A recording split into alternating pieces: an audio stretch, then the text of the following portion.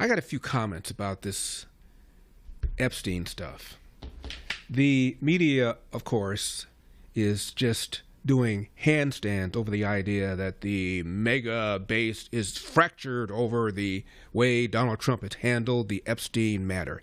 Democrats, of course, are now calling for the Epstein files to be released.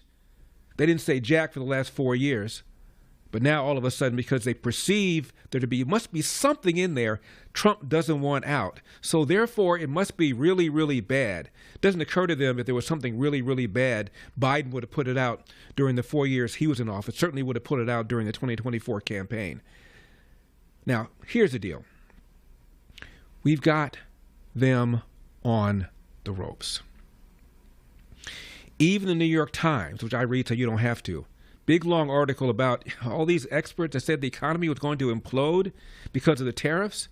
It's not happening. And all these experts who said that inflation was going to explode because of the tariffs, not happening.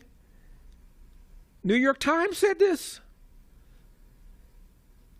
Big, beautiful bill got passed. When's the last time you saw a bill this big, this broad, get passed in one fell swoop without being busted up into little pieces? When's the last time you've seen that? Trump pulled that off. Tax cuts got extended. No tax on tips. Seniors on Social Security are going to get a break on their taxes.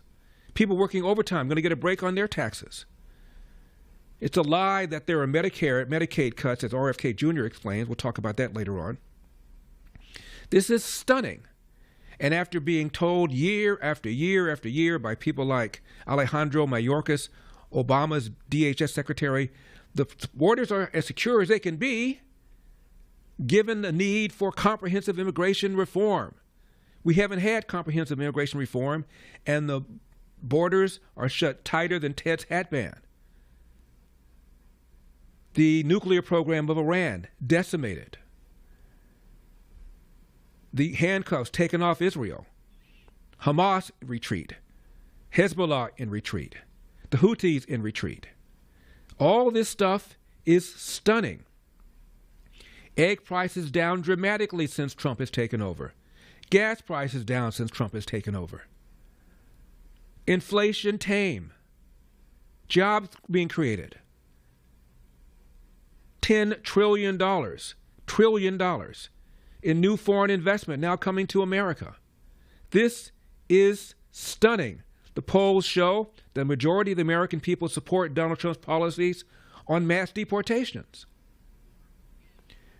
So whenever there's something like the friction between Trump and Elon Musk, the media goes into hyperdrive because they got nothing else. Oh, sure, Obama comes out and tells the Democrats to toughen up, to stop navel gazing.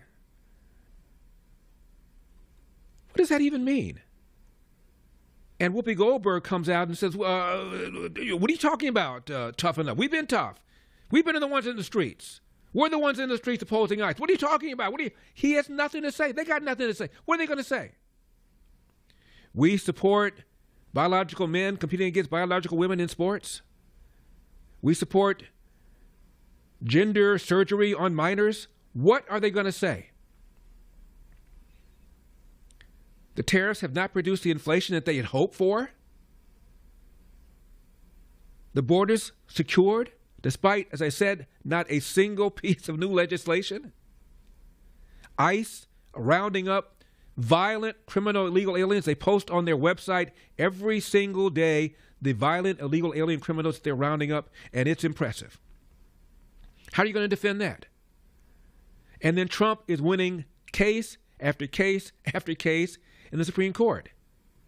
He won the challenge over Gavin Newsom over federalizing the California National Guard, check. He won his case, reining in these district court judges, imposing these national injunctions, check. Supreme Court has now granted him the authority to reduce the size of government, to reduce the size of the Department of Education, check, check. Winning victory after victory after victory. But Epstein. Now, out of all the reasons that I wanted Donald Trump to be reelected in 2024, did you hear me say, we're going to finally get to the bottom of the Epstein matter? that talk about borders, that talk about drill, baby, drill, that talk about 9% inflation that we had under Joe Biden, that talk about the 20 million illegal aliens that came into the country under Joe Biden, several of them on the terror watch list, that talk about the way Joe Biden handled the pullout of Afghanistan that emboldened Hamas, emboldened China, emboldened Putin,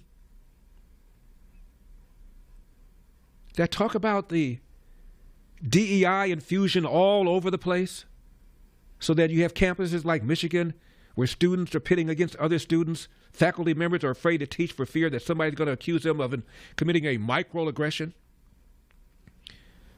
But Mega Base is in uproar over the way Donald Trump has handled the Epstein matter. And by the way, Trump has signaled a possible intention to support a special prosecutor or a commission to look into Epstein things. That's going to go away.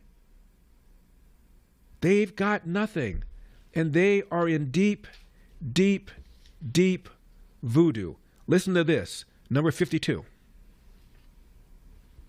The bottom line is this. Democrats are behind their 2006 and 2018 paces when it comes to the generic congressional ballot. What are we talking about here? All right, the Democrats versus the Republicans on the generic congressional ballot, the margins. Look at where we are now. Democrats are ahead, but by just 2 points. Look at where Democrats were already ahead by in 2017. They were behind by 7 points. How about 2005 on the generic congressional ballot?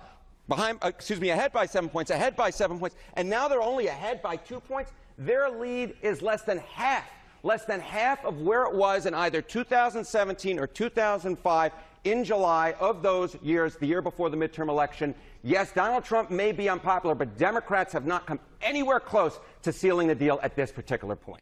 For full shows, live and on demand, it's Salem News Channel.